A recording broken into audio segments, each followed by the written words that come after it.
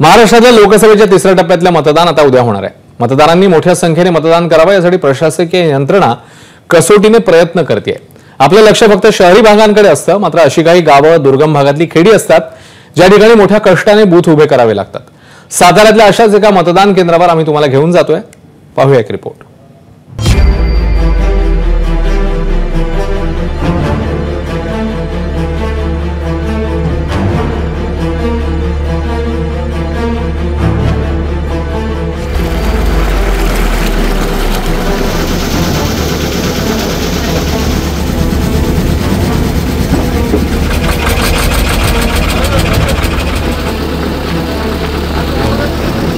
खरंतर मतदान म्हटलं की असंख्य लोकांचा एक सुट्टीचा वेगळा आनंद उत्सव साजरा करण्याचा दिवस म्हणून मानला जातो। आपण पाहतो की असंख्य लोक ही पर्यटन स्थळांवरती गर्दी करत असतात, मात्र प्रशासकीय यंत्रणा एक ना एक मत मिळवण्यासाठी त्या लोकांनी मतदान करण्यासाठी करायला यावं यासाठी प्रयत्नशील असतात।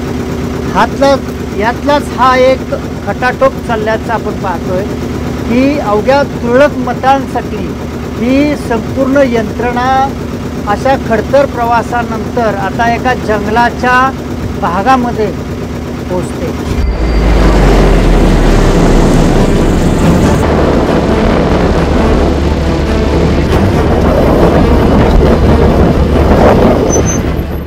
चला तर मग आपणही त्यांच्याबरोबर या खडतर प्रवासातून त्यांच्या बूथपर्यंत जाणार आहोत।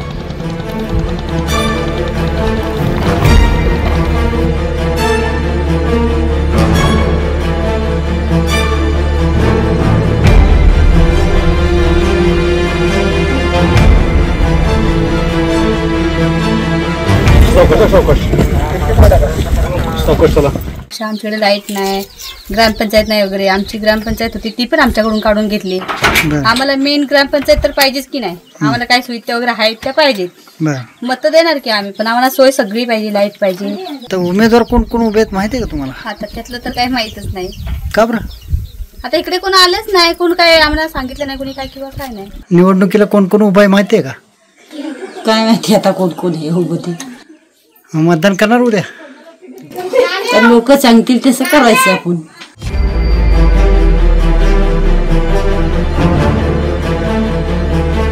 अशा दुर्गम भागातल्या मतदारांनी हे ओळखलं पाहिजे की तुमच्यापर्यंत शासन आले म्हणजे तुम्ही मतदान हे केलंच पाहिजे। हा अनुभव म्हणजे इतका बिकट आहे की इतका खडतर प्रवास करून आम्ही इथपर्यंत आले, हे तुमच्यासाठी आलो आहे आणि तुम्ही हे मतदानास प्रोत्साहन देऊन 100% मतदान करावं, या सर्व भागातून करावं अशी आमची विनंती आहे।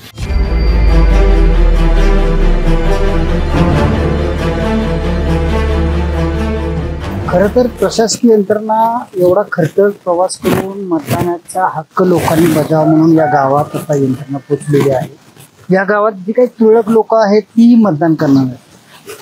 सगळ्यात महत्त्वाचं भयान वास्तव म्हणजे या गावात ना लाईट, ना पाणी, ना रस्ता। शिक्षणासाठी पायपीट करत ह्या बोटीतून प्रवास करत मुलं बाहेर जातात। यांच्या या मतदानकर्त्यांकडे ही प्रशासकीय यंत्रणेनं खऱ्या अर्थानं पाहणं तितकंच गरजेचं मानलं। खरं तर हे खरे जागृत मतदार म्हणायला काय हरकत नाही।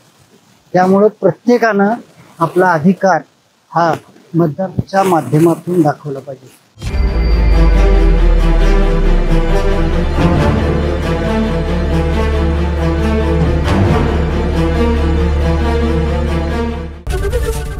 एबीपी माझा, उघडा डोळे बघा नीट।